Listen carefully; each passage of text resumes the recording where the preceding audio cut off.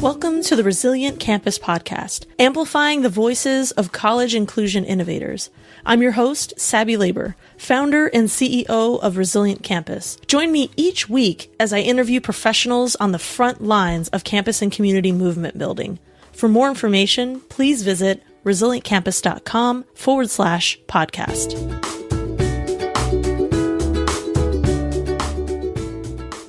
This is episode number 4 of the Resilient Campus podcast. Today we're speaking with Sinclair Ceasar from the SA Pro Next Door.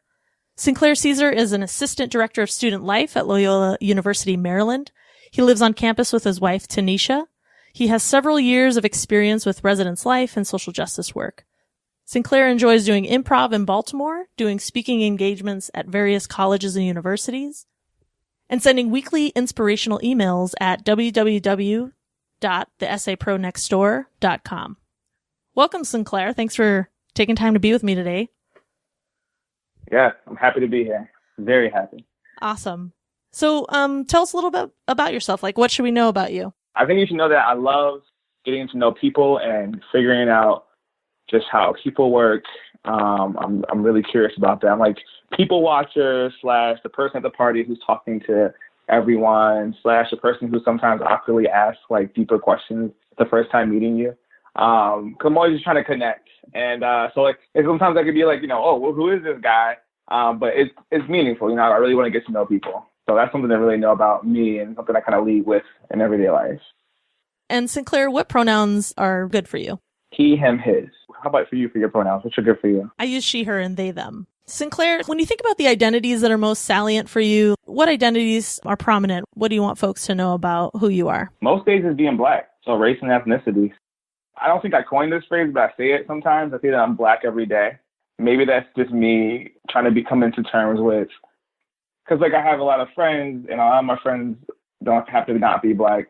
And, back in the day, like before college, before wokeness was a thing, it was like people were always go like, Sinclair, like, why are you always talking about race? Like, why do you make everything about race?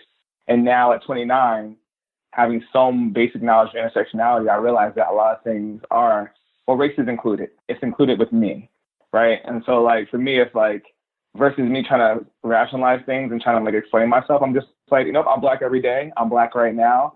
No matter what happens, it could, potentially that could be a thing for me. It might not be, but most of the time it is. Like I'm often thinking about my Blackness in a country that's 13% African American, some form of African American or Black. That means a lot of people aren't Black. So obviously I'm thinking about, my race. But yeah, for me, it's race, and that's kind of how I move through the world and what I think about often, no matter where I am, work, home, doesn't matter. Absolutely. Thanks for sharing that. So tell us about the work that you're doing today. My gut reaction is I'm just trying to get better at it. I feel like I'm never doing it perfectly or never doing it real well. There's always places to grow. Working student life, and what that means for us is it's residence life. So I'm a hall director in our senior area. So like 96% of our students in my area are seniors. They're about to graduate. Working at a predominantly white institution. It's a Jesuit institution. Loyola University is in Baltimore. We're the first Loyola. A fun fact. I hope that's true. I think I saw that online. I think I saw it on Wikipedia. It's not like something that we broadcast. I'm Safe Zone trained. So what does that mean? That means I've taken 3 courses / trainings on identifying, things like ways I've been negative and other people have been negative towards people in the LGBTQIA+ community, talking about allyship and what that means, talking about ways to just listen better. And it's more so a starting point. And so for me, and how I identify now as a Safe Zone facilitator, I'm more so like an ally in training, right? Like I'm not like the perfect ally. I'm not like completely noticeable everywhere, but I'm working on it. And so if a student came to me, I could create a safer space than I could years ago. And I've had people come to me and tell me things, and I've been able to listen and be receptive and ask them what they need. And so I'm glad to be at that point. And so that's one thing that really informs my work is listening and trying to be a better person for people. And one way I do that is through using the things I've learned in my Safe Zone training. And then another thing that I'm doing on my campus, I try to do coffee dates with students. And so Starbucks, for better or for worse, I mean, they have food, so if you don't like coffee, they don't have to drink the coffee. But I try to meet students where they are there because it's kind of our hub on campus.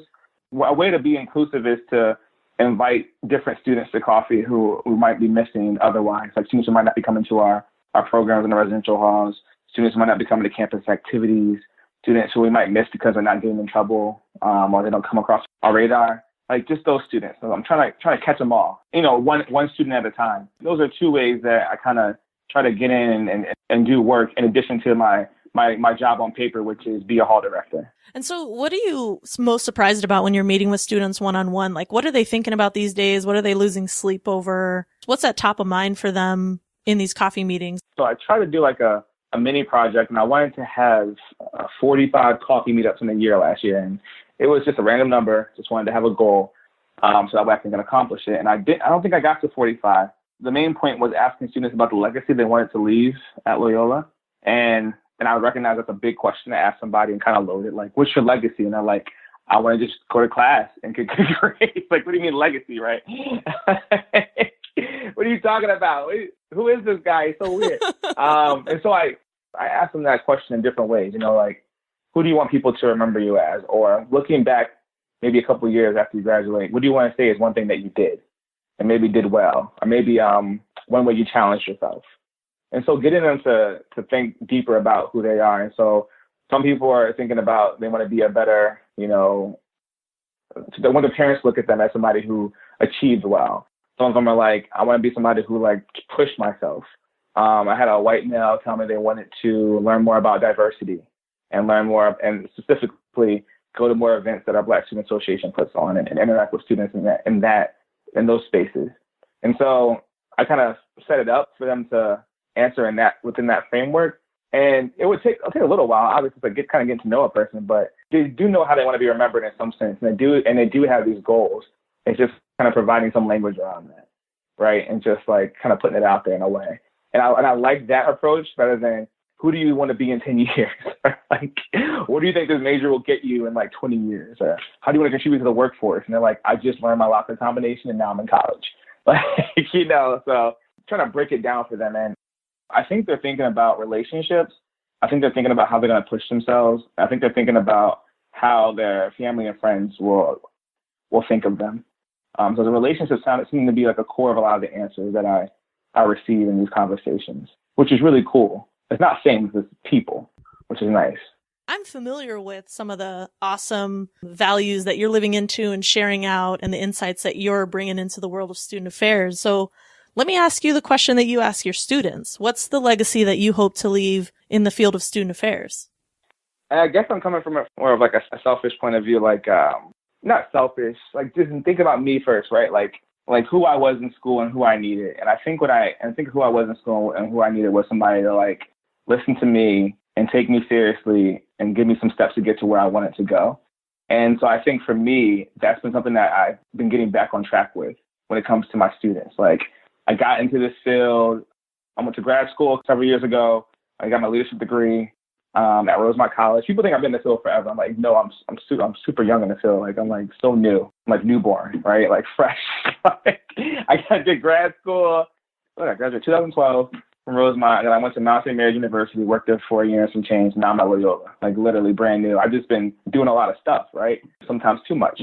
And one thing I realized was that I got caught up in what I wanted to give students and who I wanted them to be and what I thought was best for them, if I'm being honest. And so I put that into my programming, into my supervision of my student workers, into everything. Just here's what I think is good for you. Based on the theory that I think I know and the conference sessions that I've gone to and the books that I've read through and the mentorship that I've gotten, I'm going to just give that right to you and you're going to be great. And I had a colleague once tell me in grad school, they were and it totally pissed me off. They were like, are you putting your students first? Is this something that they need?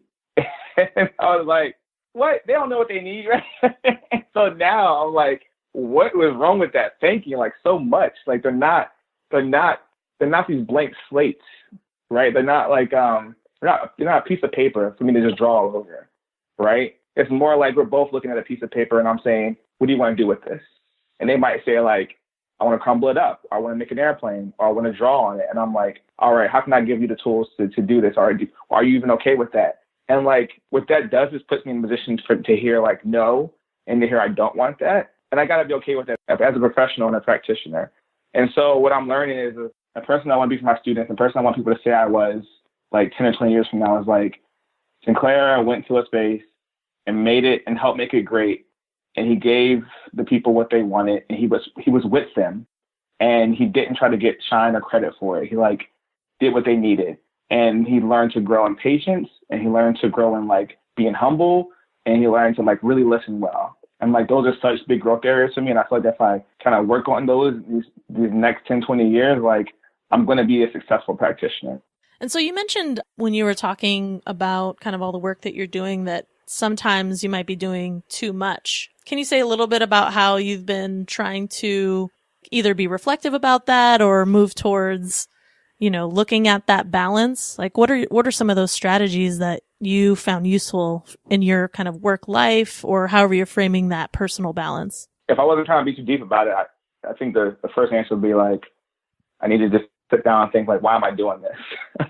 Like, who am I trying to be? What you doing, boy? Like, that's what my parents used to say when I was growing up. Like, what you doing out there? What you doing? And, that's like putting that back on myself. And for a more serious answer would be like, I try to think about the things that I'm doing. I try to think, where does this get me? And what do I want this to get me? And who is it serving? For instance, I have a high presence on social media. And so now I've taken a break from that because I was just way too plugged in.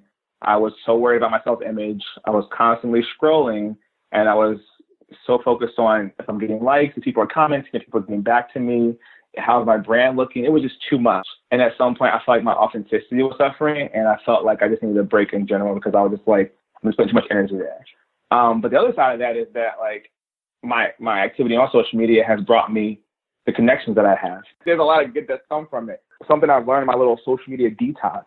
I can approach these online spaces with an intentionality. And so what does that mean with the work I do professionally in my own workspace, the job I get paid for? Well, do I need to be on every committee? No. Do I need to go to every training that's offered? I don't. Do I need to be in the office late at night all the time? No. And so where does it get me to stay late tonight? Where does it get me to get prepared for this meeting on Thursday?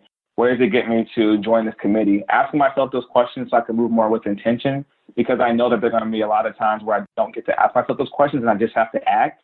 And if I'm constantly doing so much and getting quote unquote burnt out, there will be no me when it comes time to make decisions for myself that I actually have agency over.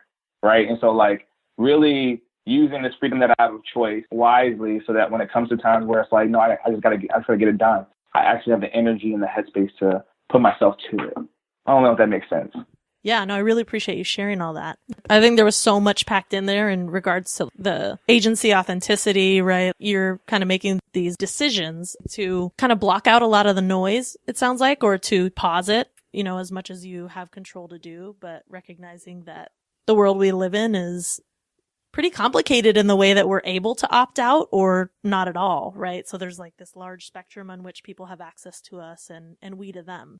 The way you said that was so perfect. Like there's so much out of our control. And I find it so important for me personally to use what I have control over and use that wisely, whether that's time, whether that's energy, whether that's resources, like as wisely as possible. And one thing I tell myself to continue to be fueled towards that is like, oh, I get to do this. Like I get to take a nap now. I get to say no to this. I get to put my out of office on and not respond to every email. I get to be a part of this committee. I get to go to this conference. It's going to really enrich me and others by doing this. I also get to just say, I don't even do any of this because I need to prepare myself for this really busy time, i.e. all of August, which is like a whole bunch of RA grad training, which I need to be present for and I want to be present for. So just want to put that in there. Yeah. Thanks for adding that. You talked a little bit about your, educational pathway and a little bit about kind of what brought you to the work that you're doing in residential life. How did you arrive to this work of doing inclusion in higher education? Like, how did that emerge in your? Several ways. So I did Jesuit Volunteer Corps Northwest when I graduated from St. Peter's University. So I went to this university in Jersey City, which is a Jesuit institution. And when I graduated, I went out west. I went to Oregon, volunteered for a year, working in a homeless shelter, working with youth. So I was a daycare manager. I lived in a home with about five other people, and I actually saw them this weekend. We had a reunion in Baltimore, which was great. And it was set up to focus on several areas. So simplicity, social justice, community, and spirituality. And the social justice piece was so eye-opening to me. because there were so many things that I knew about and knew of, but I didn't have language around it. And then there were things I wasn't thinking about enough of. And so I ended up in Oregon that year and stayed there for 3 years. And while in Oregon, I learned about anti-Semitism in the sense of working with Jewish people in their liberation, like intentionally, like with them in the room and talking about really tough things and listening. I learned about the racism that I've been facing all my life and didn't have language around it. Like I learned about microaggressions. I experienced blatant racism. I learned about, racial battle fatigue in many ways without knowing that term, but I learned about it there. And I think one thing that Jesuit Volunteer Corps did for me was we say it ruins you. So like I'm ruined for life is the tagline. And what it means is that I can't turn away from the injustices in everyday life, in the world, anywhere, because now I know they're there, right? It's kind of like the rock in your shoe. You're like, oh, that's on my mind for the rest of the day, even if I have like a date with someone and I'm going to a really cool party and the president comes in, right? Like I have to like really focus on this rock in my shoe until I get it out. And so learning that like there are so many things like that, right? And I'm called to do something. And so I brought that to grad school, and I brought that into my first 2 professional positions. And I know that I need to learn more. I need to be constantly learning more because it's about real people. Like it's not like these are some in the air, in the sky concepts, like helping people and looking out for people and liberation and equity. Like those words can be buzzwords, but when you meet a person, you're like, oh, got it. This is what's happening. Like something's not right. And so what can I do? That's really what it is. It really started off being something that was like, whoa, like a really intense 1-year experience. And then every year after that, finding ways to just add more into my toolkit so that I can be just a little bit more helpful, right? Like one person of many who's trying to do something to make this world a better place in small ways every day. That's wonderful. That's a great segue, in thinking about the toolkit that you're continuously adding to. If you could share one book, podcast, or a resource that really informs the way that you think about your work or that you approach your work, what would that one resource be? It's not a high read podcast, but it's a podcast called Another Round. And it's such a dope podcast.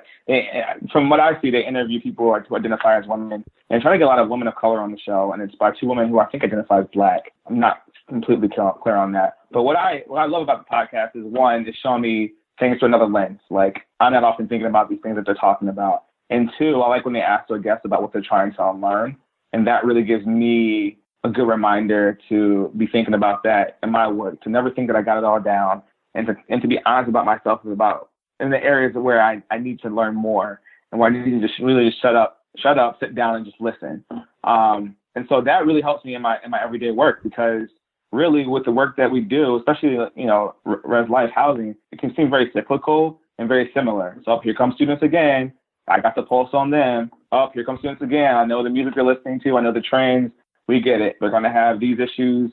The first quarter, second quarter, third quarter, fourth quarter, got it down. And not be thinking about the individuals that make up those students, not be thinking about what their stories are, not be listening well. It's really important to be thinking about, okay, I got this student or the situation happened. What did I do well? What could I have done better? And what came up that I'm like, oh, I kind of got to unlearn in that area. Or what came up and I'm like, oh, I'm going to have some language around it. Podcast is great because it's listen to them anywhere. You don't have to sit down necessarily read a book.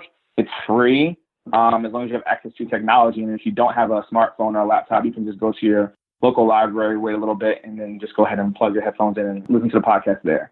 So it's very, very accessible. Yeah, I love podcasts. I mean, I just love, I kind of miss, like I used to have a commute that was really long, and I would kind of look forward to it in a way that it was my little mobile learning experience, because I would just leave in the morning, drive like an hour and a half, and I would put on a podcast that's, 50 minutes and then maybe another 20 minute, and then I'm there. And it made the time pass, and it's just a great way to hear other people's stories. I love that. So Sinclair, what's been the biggest lesson that you've learned in your professional life? What would you share with other folks in terms of what you've learned in the field of student affairs or just in higher education? I had a really great mentor in grad school who was big on like me slowing down and like not trying to accomplish everything in a day, and really picking a particular area and working at that. almost relentlessly for however long it took me to work at that. So if my emails that I'm drafting and sending out have a lot of typos in it, right? Like, all right, this week and next week, I'm going to really work on sending well-written emails. If I'm late for meetings, I'm going to work on showing up 10 minutes beforehand. Even if it's boring as awful, I'm going to work on showing up 10 or 12 minutes beforehand.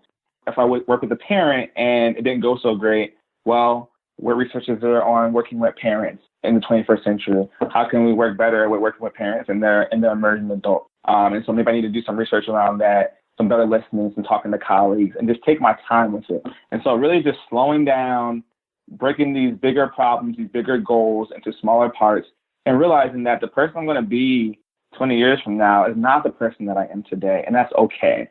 And I feel like I started off in this field, felt like I had to be this superstar, I had to be published, everyone had to know me, and I had to be great, like a celebrity. I don't know why. I think I have some like this online stuff, like, oh, I'm going to this conference. Look at this person. They're killing it. Oh, look, I'm online in this chat. Look at this person. They're so great. And focus on that and not thinking about, okay, how am I doing my job well? How am I breaking apart the places where I'm not doing so well and taking my time with them and slowing down and getting better at them? And if I take that approach with anything, especially with people, I can serve them better over time.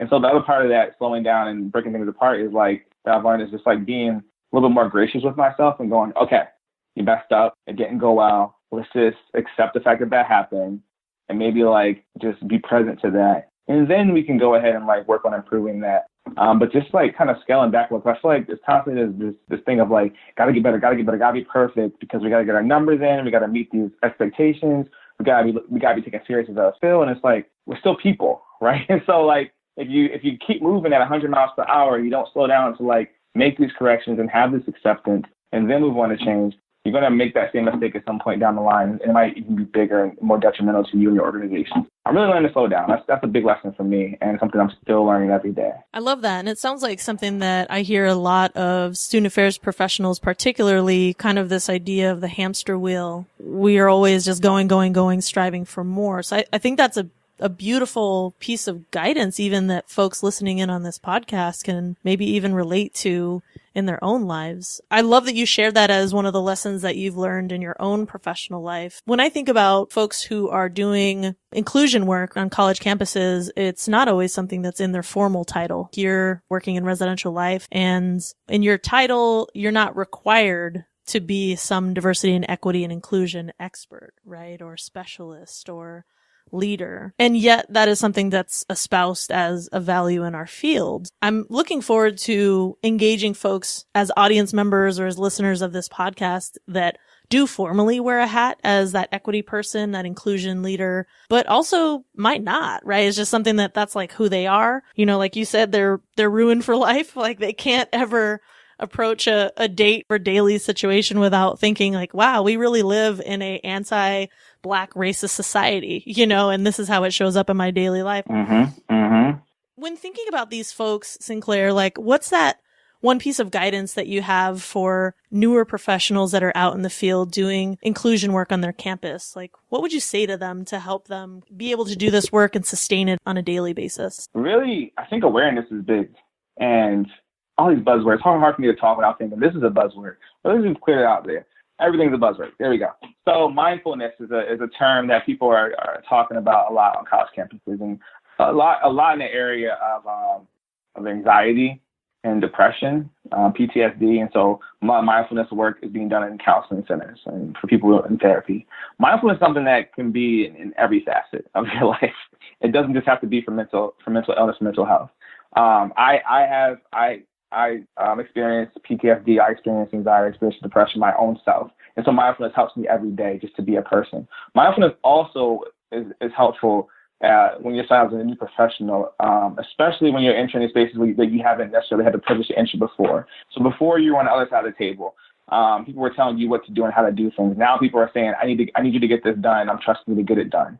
And so you probably find yourself going like, wait, what, me? You want me to do it? And so really being mindful and being aware of like the thoughts that are coming into your mind, thinking about how you're entering into spaces. Are you talking a lot?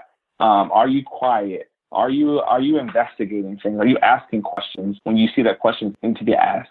And I would say along with that mindfulness, also kind of playing with the idea that if you're invited to the table, people are expecting you to contribute something, right? And so like if you've been invited to the table in any room, any space, I don't care. I do care, but I'm just saying it's not your gender, your race, all that matters. But don't put it in the context of, well, because of those things I can't contribute. No, but because of those things you need to contribute. We need you to, and you are invited for a reason. You are lifting up somebody who's coming behind you. You're lifting up somebody who's in the same place as you, and you're lifting up people who've come before you as well, because they still need to look back and see you doing the work, right? And so if you are new and you're called into a space, be mindful, being aware of how you're showing up, and then also contributing however that is you contribute. So whether that's contributing in a staff meeting, or maybe after staff meeting, send up a follow-up email. Maybe that's pointing out things that aren't going so well. So like, wow, we have 3 students who constantly keep getting missed, and it's because of their socioeconomic status, or it seems like it's because of their race, or it seems like it's because they just don't have this particular access, or it's because of their abilities or disabilities. What are we going to do about that? Maybe it's on you. Maybe you're the person where we've been waiting for to say something, or to write something, or to just encourage somebody else to act, or maybe it's on you to act, and you can do that as a new professional. I would want any new professional to feel empowered to contribute in some way, shape, or form. And that does not mean show up and act like you are the president of the organization, or you're the director, or that you know more than you actually do, but use the resources that you have and use the knowledge that you do have to contribute where you feel like it's time to contribute. And you can't do that without being mindful, without being aware, and really just checking yourself. I'm kind of feeling upset right now. Oh, I'm kind of feeling angry. Oh, I'm actually feeling happy. Let's do this. It's go time. Or, oh, you know what? It's time for me to just sit back and just watch this thing, because it's time for me to learn. But at some point, contribute. Don't just sit back the whole year or the whole first 2 years and not contribute anything at all. Contribute something because we need you to, and we've invited you to, and it's going to help somebody. So, Sinclair, how can folks connect with you and, tell us about what you're working on? If you don't have a Twitter, get one. Professional development right there. If you don't have a Twitter, get one. Tweet that. I'm on the Twitter at Sinclair Ceasar. So find me there. I will be back on the social media eventually. And I do check my messages from time to time, but I'm not like scrolling through. I've probably spent like a total of a half hour a week on social media. It's that. And it's not even that much. It's like Jay-Z's album came out. Bam, I'm on Twitter to see what people are tweeting about, and then I'm off. So connect with me on Twitter. And then something I'm working on that I'm super excited about is I'm doing a mental health podcast. I have no idea what the title is, but I got 4 guests lined up. And what it is, we're talking about our everyday struggle, our everyday wins, whatever people want to talk about when it comes to mental health and mental illness and how it shows up in their life. And so I'm looking for guests. I'm looking for people to be on the show. And for people who are like, you know what, I got a mental illness that I want to talk about, I would love to have them on the show. And if they want to be anonymous, great. I'm not even worried about that. What my focus is like, okay, you got a story, you want to tell it, let's figure out how we're going to do that on the platform of it being a podcast. So first time doing something like this, can't wait. Again, got some people already lined up, but need more guests, and definitely looking for people of color. So people of color want to come out of the woodwork. I know it's scary. I'm Black. I get it. It is super frightening. I will work with you. Again, you can be anonymous. I would love to have people of color on here. That doesn't just mean Black. When people say people of color, they think that just means Black sometimes. I'm going to call that out. It doesn't just mean Black. It means people of color. So if you're like, oh, I got some color, hit me up. All right. And if you don't, if you are a white person, hit me up as well. I want you on my podcast so we can talk about mental health and so we can break some of the stigma, both in the personal world and professional world, because it's terrible, it's disgusting, and it's ridiculous. Like, we are all people. We get to show up how we want to show up. Wonderful. That's so important. I look forward to that project. Thank you. Sinclair, so we're wrapping up. Thanks so much for being with me today and for sharing your brilliance. I want to close out each episode with an inspirational quote as I send the listeners back out into the big bad world of ours. Today's quote comes from Ella Fitzgerald. She says, "Just don't give up trying to do what you really want to do. Where there is love and inspiration, I don't think you can go wrong." To all those listening in, thank you so much for all that you do. I appreciate you. Stay resilient.